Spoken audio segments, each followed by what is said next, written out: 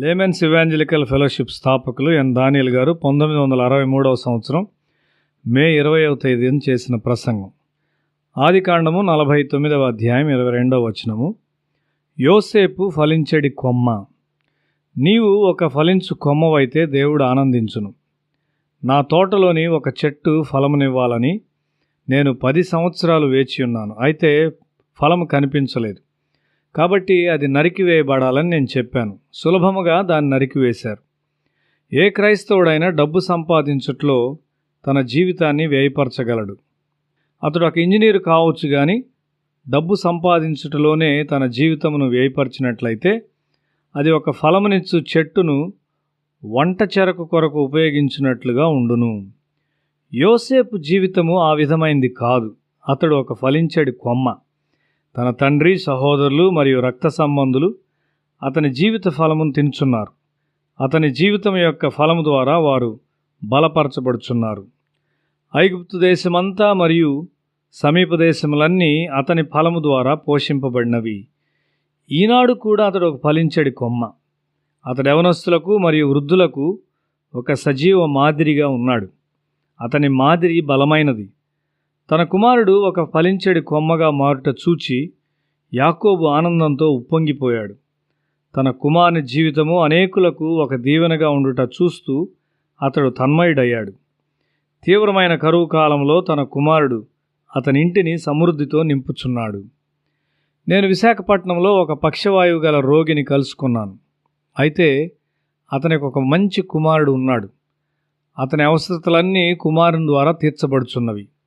అతడు మంచమునకు పరిమితం చేయబడినప్పటికీ సంతోషంగా ఉన్నాడు. బాధ్యతారహితుడైన కుమారుని గురించి ఫిర్యాదు చేయు మరి ఒక తండ్రిని నేను కలుసుకున్నాను. అతనింటిలో కుటుంబ ప్రార్థన ఉన్నదా? నీ కుమారునికి దేవుని వాక్యమును బోధించావా అని నేను అతన్ని అడిగాను. పిల్లలను ఫలించువారినిగా చేయునది దేవుని వాక్యమై ఉన్నది. కొంతమంది తల్లిదండ్రులకు వారి పిల్లలకు దేవుని వాక్యమును బోధించటకు ఇష్టం ఉండదు. బైబిలు దేవుని వాక్యము అని పిల్లలకు వారు చెప్పరు. నా జనులు జ్ఞానం లేని వారై నశించున్నారు. నీవు నీ దేవుని ధర్మశాస్త్రం మరచితివి గనుక నేనును నీ కుమారులను మరతును అని హోషేయ గ్రంథము 4వ అధ్యాయం 6వ వచనంలో దేవుడు చెప్పుచున్నాడు. నీ హృదయంలో దేవుని వాక్యము నీవు కలిగి ఉండనట్లయితే నీ జీవితమునకు సంబంధించిన విషయాల్లో దేవుడు ఇష్టత చూపడు. ఇంగ్లండ్లోని గత తరము దేవుని వాక్యంలోని విశ్వాసం మీద ఆధారపడి ఉన్నారు. దేశం యొక్క సంక్షోభ సమయాల్లో వారు ప్రార్థనా దినాలను కలిగి ఉండేవారు. ఇప్పుడు వారు తుపాకులు మరియు అణుబాంబుల మీద ఆధారపడుచున్నారు.